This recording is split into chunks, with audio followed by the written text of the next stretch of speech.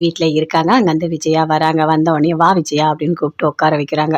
"உனக்கு ஒண்ணு தெரியுமா பார்வதி? இன்னைக்கு என்ன நடந்ததுன்னு தெரியுமா? நேத்து நைட்டு நான் தனியா தான் இருந்தேன் தெரியுமா?" "ஏன்? அண்ணன் யாருமே இல்லையா என்ன?" அப்படின்னு பார்வதி கேட்குறாங்க. "அண்ணன் இருந்தாரு. அந்த பரசு வந்து மாடிக்கு கூட்டிட்டு போய் 2 பேரும் சேர்ந்துட்டு கதை பேசிட்டே தூங்கிட்டாங்க" அப்படின்னு விஜயா சொல்றாங்க. "சரி, உன்னோட பசங்கலாம் எங்க?" "அவங்க எல்லாருமே ஒரு ஒரு காரணத்த சொல்லி யாருமே வீட்டுக்கு வரல. நான் மட்டும் தான் தனியா இருந்தேன். எனக்கு எப்படி இருந்தது தெரியுமா? அந்த நைட்டு ரொம்ப ரொம்ப கஷ்டமா இருந்தது. நான் சப்பாத்தி எடுத்து சாப்பிட்றேன். எனக்கு சாப்பிடவே தோணல தெரியுமா? யாருமே இல்லாத மாதிரி இருந்தது. எல்லாருமே இருக்கும்போது நான் எவ்வளோ சந்தோஷமா இருந்தேன். நான் நேத்து கஷ்டத்துக்கு அளவே இல்ல. நான் அந்த அளவுக்கு கஷ்டப்பட்டேன் தெரியுமா? அப்பதான் எனக்கு தெரிஞ்சது பார்வதி உன்ன பத்தி. உன் ஞாபகமாவே இருந்தது நேத்து தெரியுமா?" அப்படின்னு பார்வதி சொல்றாங்க. "என்னது ஏன் ஞாபகமா இருந்ததா?" அப்படின்னு கேட்குறாங்க. "ஆமா. பின்ன நீ எத்தன வருஷமா தனியா இருக்க. உனக்கு எப்படி இருக்கும் இல்ல? நான் ஒரே ஒரு நாள் தான் தனியா இருந்தேன். என்னால தாங்கிக்கவே முடியல. எனக்கு அவ்ளோ கஷ்டமா இருந்தது. நீ இத்தன வருஷமா இருந்ததெல்லாம் நான் நெனச்சு பார்த்தேன். அதான் நீ சிவன் கூட சேர்ந்து ஏதோ கதை போட்டு சந்தோஷமா இருக்கல்ல. நான் தான் தப்பு பண்ணிட்டேன் பார்வதி" அப்படின்னு விஜயா சொல்றாங்க. "உனக்கு இப்பவாது புரியுதா? இன்னும் கொஞ்ச நாள்ல மீனா மேல எந்த தப்பும் இல்லன்னு சொல்லிட்டு மீனா வீட்டுக்கு வந்தா தான் நல்லாருக்கும்" அப்படின்னு பார்வதி சொல்றாங்க. "இங்க பாரு பார்வதி, நான் பேசுறது வேற, நீ பேசுறது வேற. அந்த பூக்காரி எதுக்கு வீட்டுக்கு வரணும்?" அப்படின்னு விஜயா சொல்றாங்க. "மீனா இருந்தா தான் வீடே கலகலன்னு இருக்கும். மீனா தான் எல்லாமே நல்லது செய்வா. அவ யாருக்குமே கெடுதல் பண்ண மாட்டா" அப்படின்னு சொல்றாங்க. பார்வதி, "இங்க பாரு, நீ அந்த பூக்காரிய பத்தி பேசி என்ன தேவையில்லாத கோவப்படுத்திட்டு இருக்காத" அப்படின்னு விஜயா சொல்லிட்டு இருக்காங்க. அதுக்குள்ள ஒருத்தர் வராரு. வாங்க வாங்க உள்ள வாங்க" அப்படின்னு கூப்பிட்டு உட்கார வைக்கிறாரு. "யாரு? யார் இவங்க?" அப்படின்னு சொல்லிட்டு பார்வதி கேட்குறாங்க. "இல்ல நான் தான் இந்த ஜோசியர் வர சொல்லியிருக்கேன். வேற ஒண்ணும் இல்ல. அவரு ஜாதகம்லாம் பார்ப்பாரு. அது மட்டும் இல்ல, பொண்ணு கூட பார்த்து வைப்பாரு" அப்படின்னு சொல்லிட்டு விஜயா சொல்றாங்க. "நீ போய் டீ போட்டு கொண்டு வா போ" அப்படின்னு சொல்றாங்க. அங்கருந்து பார்வதி போய் டீ போட்டு கொண்டு வராங்க. "இங்க பாருங்க, மனோஜுக்கு நல்ல பொண்ணா பார்க்க சொன்னேனே பார்த்தீங்களா?" அப்படின்னு விஜயா கேட்குறாங்க. "இங்க பாருங்க, இது நல்ல பொண்ணா தான் இருக்கு. நீங்க சொன்ன மாதிரி எல்லாமே இருக்கு. உங்களுக்கு புடிச்சிருந்தா ஓகே பண்ணிடலாம்" அப்படின்னு சொல்றாரு. அப்படி பார்க்குறாங்க. "ஆமா, நல்லா தான் இருக்கு. நல்ல வசதியான பொண்ணா?" "நல்ல வசதியான பொண்ணு தான்" எல்லாமே சொல்றாங்க. "சரி, அப்ப இந்த பொண்ணே பார்த்து முடிச்சிடலாம். சரிங்களா?" அப்படின்னு சொல்லிட்டு பணம் குடுக்குறாங்க. அங்கருந்து அவரு போறாரு. "என்ன விஜயா என்ன பண்ணிட்டுருக்க?" அப்படின்னு சொல்லிட்டு பார்வதி கேட்குறாங்க. "மனோஜுக்கு தான் பொண்ணு பார்த்துட்டுருக்கேன்."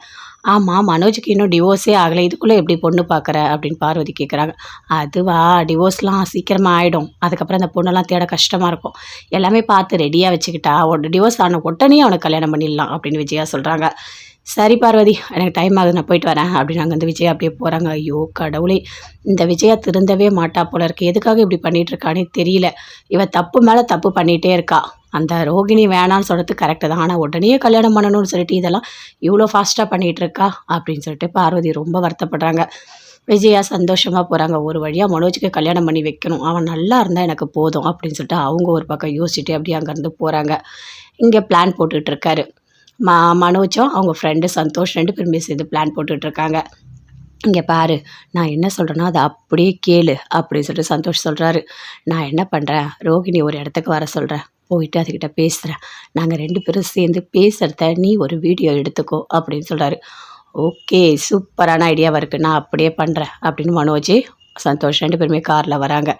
அப்படியே இறங்கி போறாரு சந்தோஷ். இறங்கி போனோனே அங்க ரோகிணியும் இருக்காங்க. அப்படியே நின்னு பேசிட்டு இருக்காரு.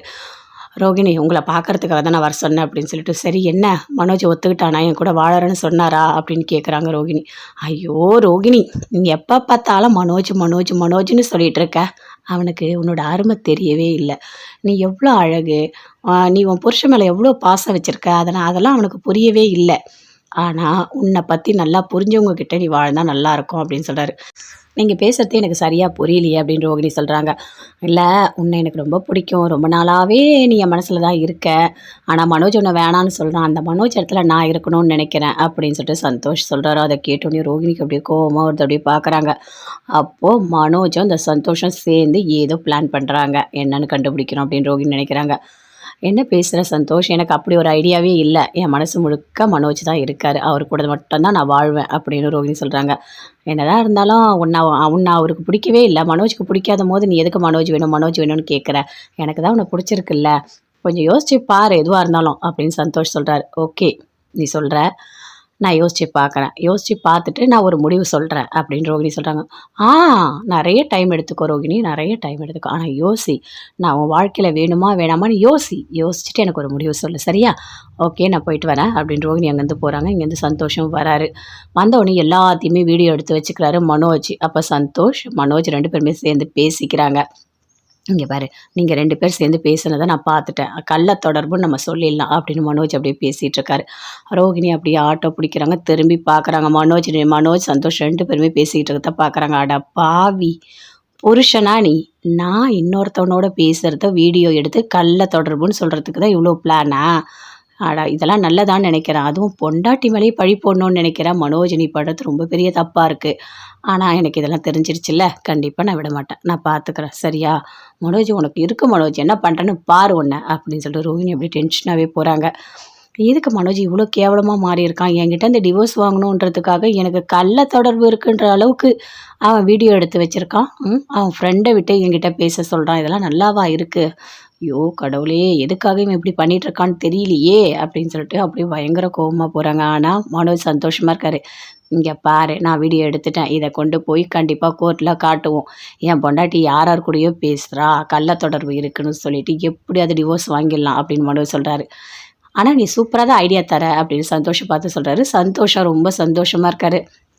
சரி, ஆமாம் ரோஹிணி என்ன சொன்னா உங்ககிட்ட அப்படின்னு மனோஜ் கேட்குறாரு.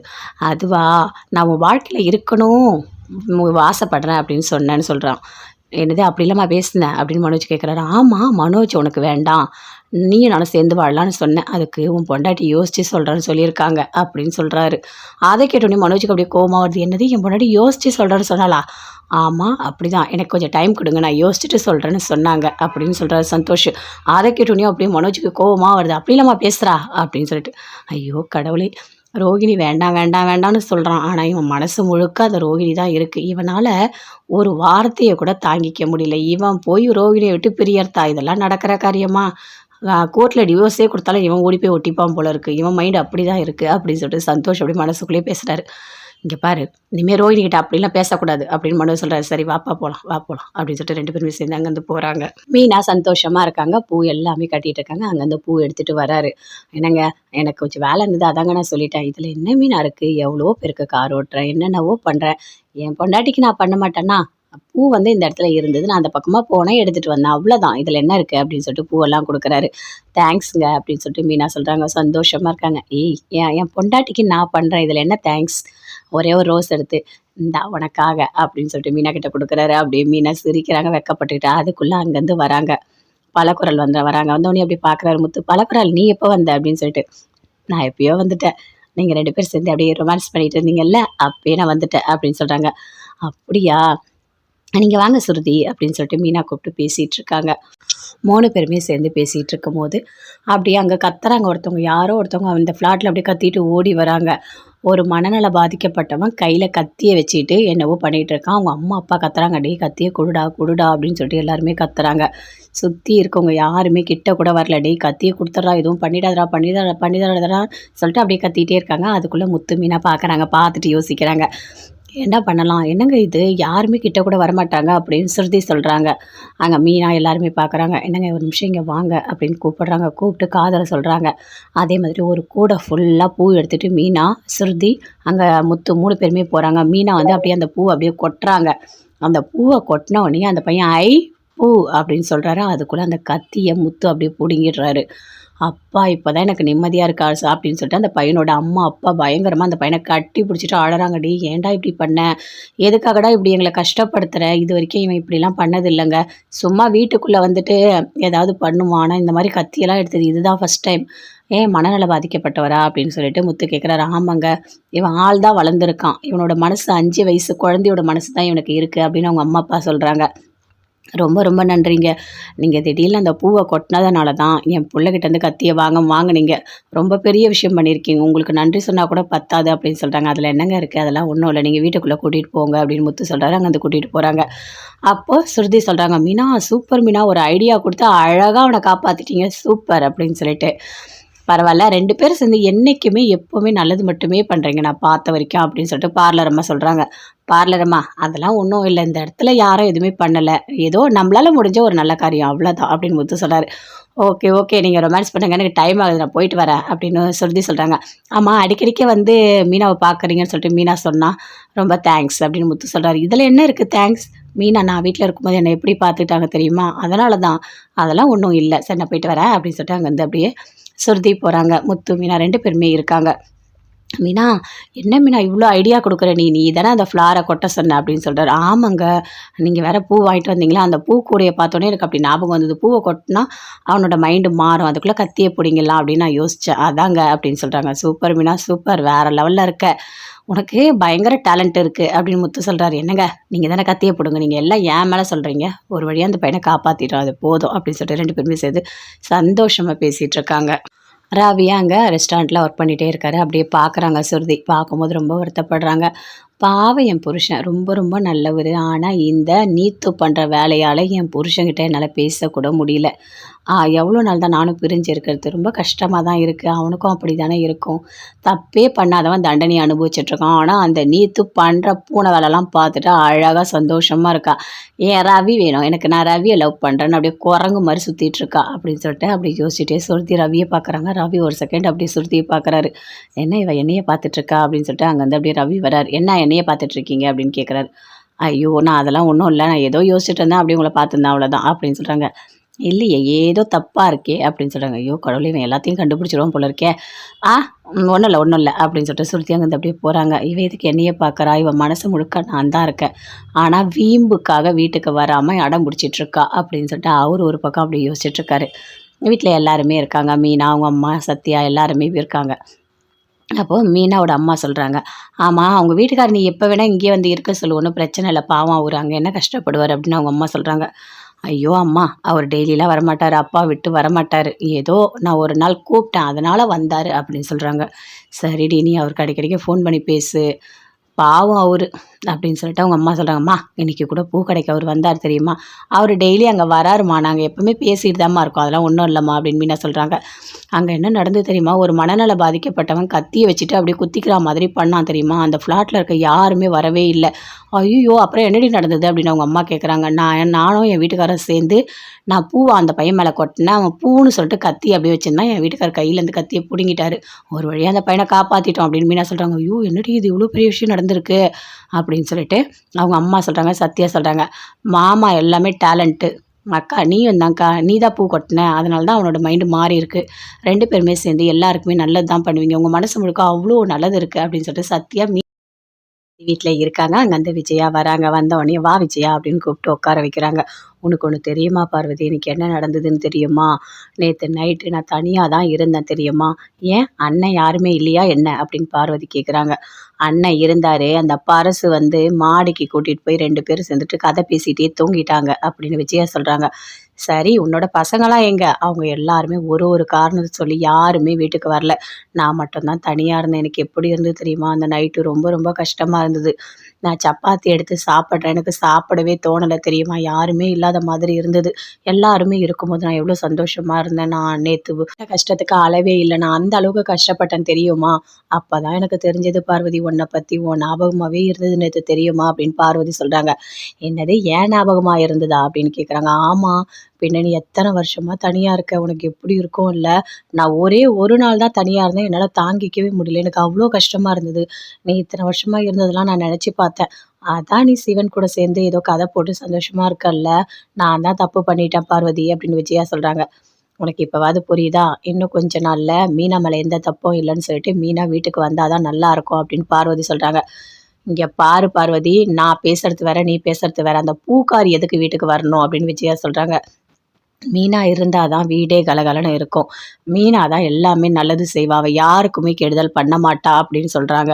பார்வதி, "இங்க பாரு, நீ அந்த பூக்காரிய பத்தி பேசி என்ன தேவையில்லாத கோவப்படுத்திட்டு இருக்காத" அப்படின்னு விஜயா சொல்லிட்டு இருக்காங்க. அதுக்குள்ள ஒருத்தர் வராரு. வாங்க வாங்க உள்ள வாங்க" அப்படின்னு கூப்பிட்டு உட்கார வைக்கிறாரு. "யாரு? யார் இவங்க?" அப்படின்னு சொல்லிட்டு பார்வதி கேட்குறாங்க. "இல்ல, நான் தான் இந்த ஜோசியர வர சொல்லியிருக்கேன். வேற ஒண்ணும் இல்ல. அவரு ஜாதகம்லாம் பார்ப்பாரு. அது மட்டும் இல்ல, பொண்ணு கூட பார்த்து வைப்பாரு" அப்படின்னு சொல்லிட்டு விஜயா சொல்றாங்க. "நீ போய் டீ போட்டு கொண்டு வா போ" அப்படின்னு சொல்றாங்க. அங்கருந்து பார்வதி போய் டீ போட்டு கொண்டு வராங்க. "இங்க பாருங்க, மனோஜுக்கு நல்ல பொண்ணா பார்க்க சொன்னேனே பார்த்தீங்களா?" அப்படின்னு விஜயா கேட்குறாங்க. "இங்க பாருங்க, இது நல்ல பொண்ணா தான் இருக்கு. நீங்க சொன்னா மாதிரி எல்லாமே இருக்கு. உங்களுக்கு புடிச்சிருந்தா ஓகே பண்ணிடலாம்" அப்படின்னு சொல்றாரு. அப்படி பார்க்குறாங்க. "ஆமா, நல்லா தான் இருக்கு. நல்ல வசதியான பொண்ணா?" "நல்ல வசதியான பொண்ணு தான்" எல்லாமே சொல்றாங்க. சரி, அப்போ இந்த பொண்ணே பார்த்து முடிச்சிடலாம் சரிங்களா அப்படின்னு சொல்லிட்டு பணம் கொடுக்குறாங்க. அங்கேருந்து அவர் போகிறாரு. என்ன விஜயா என்ன பண்ணிகிட்ருக்க அப்படின்னு சொல்லிட்டு பார்வதி கேட்குறாங்க. மனோஜுக்கு தான் பொண்ணு பார்த்துட்ருக்கேன். ஆமாம், மனோஜுக்கு இன்னும் டிவோர்ஸே ஆகலை, இதுக்குள்ளே எப்படி பொண்ணு பார்க்குற அப்படின்னு பார்வதி கேட்குறாங்க. அதுவா, டிவோர்ஸ்லாம் சீக்கிரமாக ஆகிடும், அதுக்கப்புறம் அந்த பொண்ணெல்லாம் தேட கஷ்டமாக இருக்கும், எல்லாமே பார்த்து ரெடியாக வச்சுக்கிட்டா ஒரு டிவோர்ஸ் ஆன உடனே அவனுக்கு கல்யாணம் பண்ணிடலாம் அப்படின்னு விஜயா சொல்கிறாங்க. சரி பார்வதி, எனக்கு டைம் ஆகுது, நான் போயிட்டு வரேன் அப்படின்னு அங்கே வந்து விஜயா அப்படியே போகிறாங்க. ஐயோ கடவுளே, இந்த விஜயா திருந்தவே மாட்டா போல இருக்கு, எதுக்காக இப்படி பண்ணிட்டு இருக்கானே தெரியல. இவ தப்பு மேலே தப்பு பண்ணிகிட்டே இருக்கா. அந்த ரோகிணி வேணான்னு சொல்கிறது கரெக்டு தான், ஆனால் உடனே கல்யாணம் பண்ணணும்னு சொல்லிட்டு இதெல்லாம் இவ்வளோ ஃபாஸ்ட்டாக பண்ணிகிட்டு இருக்கா அப்படின்னு சொல்லிட்டு பார்வதி ரொம்ப வருத்தப்படுறாங்க. விஜயா சந்தோஷமாக போகிறாங்க. ஒரு வழியாக மனோஜுக்கு கல்யாணம் பண்ணி வைக்கணும், அவன் நல்லா இருந்தால் எனக்கு போதும் அப்படின்னு சொல்லிட்டு அவங்க ஒரு பக்கம் யோசிச்சுட்டு அப்படியே அங்கேருந்து போகிறாங்க. இங்கே பிளான் போட்டுட்ருக்காரு. மனோஜும் அவங்க ஃப்ரெண்டு சந்தோஷ் 2 பேருமே சேர்ந்து பிளான் போட்டுட்ருக்காங்க. இங்கே பாரு, நான் என்ன சொல்கிறேன்னா அதை அப்படியே கேளு அப்படின்னு சொல்லிட்டு சந்தோஷ் சொல்கிறாரு. நான் என்ன பண்ணுறேன், ரோகிணி ஒரு இடத்துக்கு வர சொல்கிறேன், போயிட்டு அதுக்கிட்ட பேசுகிறேன், நாங்கள் 2 பேரும் சேர்ந்து பேசுகிறத நீ ஒரு வீடியோ எடுத்துக்கோ அப்படின்னு சொல்கிறாரு. ஓகே, சூப்பரான ஐடியாவாக இருக்குது, நான் அப்படியே பண்ணுறேன் அப்படின்னு மனோஜ் சந்தோஷ் 2 பேருமே காரில் வராங்க. அப்படியே இறங்கி போகிறாரு சந்தோஷ். இறங்கி போனோடனே அங்கே ரோகிணி இருக்காங்க, அப்படின்னு நின்று பேசிகிட்ருக்காரு. ரோகிணி, உங்களை பார்க்குறதுக்காக தான் நான் வர சொன்னேன் அப்படின்னு சொல்லிட்டு, சரி என்ன மனோஜ் ஒத்துக்கிட்டானா, என் கூட வாழறேன்னு சொன்னாரா அப்படின்னு கேட்குறாங்க ரோகிணி. ஐயோ ரோகிணி, நீங்கள் எப்போ பார்த்தாலும் மனோஜ் மனோஜ் மனோஜ்னு சொல்லிகிட்டு இருக்க, அவனுக்கு உன்னோட அருமை தெரியவே இல்லை. நீ எவ்வளோ அழகு, நீ உன் புருஷன் மேலே எவ்வளோ பாசம் வச்சுருக்க, அதெல்லாம் அவனுக்கு புரியவே இல்லை. ஆனால் உன்னை பற்றி நல்லா புரிஞ்சவங்க கிட்ட நீ வாழ்ந்தால் நல்லாயிருக்கும் அப்படின்னு சொல்கிறாரு. நீங்கள் பேசுகிறதே எனக்கு சரியாக புரியலையே அப்படின்னு ரோகிணி சொல்கிறாங்க. இல்லை, உன்னை எனக்கு ரொம்ப பிடிக்கும், ரொம்ப நாளாகவே நீ என் மனசில் தான் இருக்க, ஆனால் மனோஜ் உன்னை வேணான்னு சொல்கிறான், அந்த மனோஜ் இடத்துல நான் இருக்கணும்னு நினைக்கிறேன் அப்படின்னு சொல்லிட்டு சந்தோஷ் சொல்கிறாரு. அதை கேட்டோன்னே ரோகிணிக்கு அப்படியே கோவமாக ஒருத்தர் அப்படியே பார்க்குறாங்க. அப்போது மனோஜும் அந்த சந்தோஷம் சேர்ந்து ஏதோ பிளான் பண்ணுறாங்க, என்னன்னு கண்டுபிடிக்கணும் அப்படின்னு ரோகிணி நினைக்கிறாங்க. என்ன பேசுகிற சந்தோஷ், எனக்கு அப்படி ஒரு ஐடியாவே இல்லை, என் மனசு முழுக்க மனோஜ் தான் இருக்கார், அவர் கூட மட்டும்தான் நான் வாழ்வேன் அப்படின்னு ரோகிணி சொல்கிறாங்க. என்னதான் இருந்தாலும் உன்னை அவருக்கு பிடிக்கவே இல்லை, மனோஜுக்கு பிடிக்காத போது நீ எதுக்கு மனோஜ் வேணும்னு கேட்குற, எனக்கு தான் உன்னை பிடிச்சிருக்குல்ல, கொஞ்சம் யோசிச்சு பாரு எதுவாக இருந்தாலும் அப்படின்னு சந்தோஷ் சொல்கிறார். ஓகே, நீ சொல்கிற, நான் யோசித்து பார்க்குறேன், யோசித்து பார்த்துட்டு நான் ஒரு முடிவு சொல்கிறேன் அப்படின்னு ரோகிணி சொல்கிறாங்க. நிறைய டைம் எடுத்துக்கோ ரோகிணி, நிறைய டைம் எடுத்துக்கோ, ஆனால் யோசி, நான் உன் வாழ்க்கையில் வேணுமா வேணாமான்னு யோசிச்சுட்டு எனக்கு ஒரு முடிவு சொல்லு சரியா. ஓகே, நான் போயிட்டு வரேன் அப்படின்னு ரோகிணி அங்கேருந்து போகிறாங்க. இங்கேருந்து சந்தோஷம் வராரு. வந்தவொடனே எல்லாத்தையுமே வீடியோ எடுத்து வச்சுக்கிறாரு மனோஜ். அப்போ சந்தோஷ் மனோஜ் 2 பேருமே சேர்ந்து பேசிக்கிறாங்க. இங்கே பாரு, நீங்கள் 2 பேர் சேர்ந்து பேசுனதை நான் பார்த்துட்டேன், கள்ள தொடர்புன்னு நம்ம சொல்லிடலாம் அப்படின்னு மனோஜ் அப்படியே பேசிகிட்டு இருக்காரு. ரோகிணி அப்படியே ஆட்டோ பிடிக்கிறாங்க, திரும்பி பார்க்குறாங்க. மனோஜ் சந்தோஷ் 2 பேருமே பேசிக்கிட்டு இருக்கிறத பார்க்குறாங்க. அட பாவி புருஷனா நீ, நான் இன்னொருத்தவனோட பேசுகிறத வீடியோ எடுத்து கள்ள தொடர்புன்னு சொல்கிறதுக்கு தான் இவ்வளோ பிளானா? இதெல்லாம் நல்லதான்னு நினைக்கிறேன், அதுவும் பொண்டாட்டி மேலேயே பழி போடணும்னு நினைக்கிறேன். மனோஜ், நீ படுறது ரொம்ப பெரிய தப்பாக இருக்குது, ஆனால் எனக்கு இதெல்லாம் தெரிஞ்சிருச்சுல்ல, கண்டிப்பாக நான் விட மாட்டேன், நான் பார்த்துக்கிறேன் சரியா. மனோஜ், உனக்கு இருக்கு மனோஜ், என்ன பண்ணுறேன்னு பாரு உன்னை அப்படின்னு சொல்லிட்டு ரோஹிணி அப்படி டென்ஷனாகவே போகிறாங்க. எதுக்கு மனோஜ் இவ்வளோ கேவலமாக மாறி இருக்கான், என்கிட்ட இந்த டிவோர்ஸ் வாங்கணுன்றதுக்காக எனக்கு கள்ள தொடர்பு இருக்குன்ற அளவுக்கு அவன் வீடியோ எடுத்து வச்சுருக்கான். அவன் ஃப்ரெண்டை விட்டு என்கிட்ட பேச சொல்கிறான், இதெல்லாம் நல்லாவா இருக்குது? ஐயோ கடவுளே, எதுக்காக இவன் இப்படி பண்ணிட்டு இருக்கான்னு தெரியலையே அப்படின்னு சொல்லிட்டு அப்படியே பயங்கர கோவமாக போகிறாங்க. ஆனால் மனோஜ் சந்தோஷமாக இருக்காரு. இங்கே பாரு, நான் வீடியோ எடுத்துட்டேன், இதை கொண்டு போய் கண்டிப்பாக கோர்ட்டில் காட்டுவோம், என் பொண்டாட்டி யார் கூடயோ பேசுகிறா, கள்ள தொடர்பு இருக்குன்னு சொல்லிட்டு எப்படி அது டிவோர்ஸ் வாங்கிடலாம் அப்படின்னு மனோஜ் சொல்கிறாரு. ஆனால் நீ சூப்பராக தான் ஐடியா தர அப்படின்னு சந்தோஷம் பார்த்து சொல்கிறாரு. சந்தோஷம் ரொம்ப சந்தோஷமாக இருக்காரு. சரி, ஆமாம் ரோஹிணி என்ன சொன்ன உங்ககிட்ட அப்படின்னு மனோஜ் கேட்குறாரு. அதுவா, நான் உன் வாழ்க்கையில் இருக்கணும் ஆசைப்படுறேன் அப்படின்னு சொன்னேன்னு சொல்கிறான். என்னது அப்படி இல்லாமல் பேசுனேன் அப்படின்னு மனோஜ் கேட்குறாரு. ஆமாம் மனோஜ், உனக்கு வேண்டாம், நீயும் நானும் சேர்ந்து வாழலான்னு சொன்னேன், அதுக்கு உன் பொண்டாட்டி யோசித்து சொல்கிறேன்னு சொல்லியிருக்காங்க அப்படின்னு சொல்கிறாரு.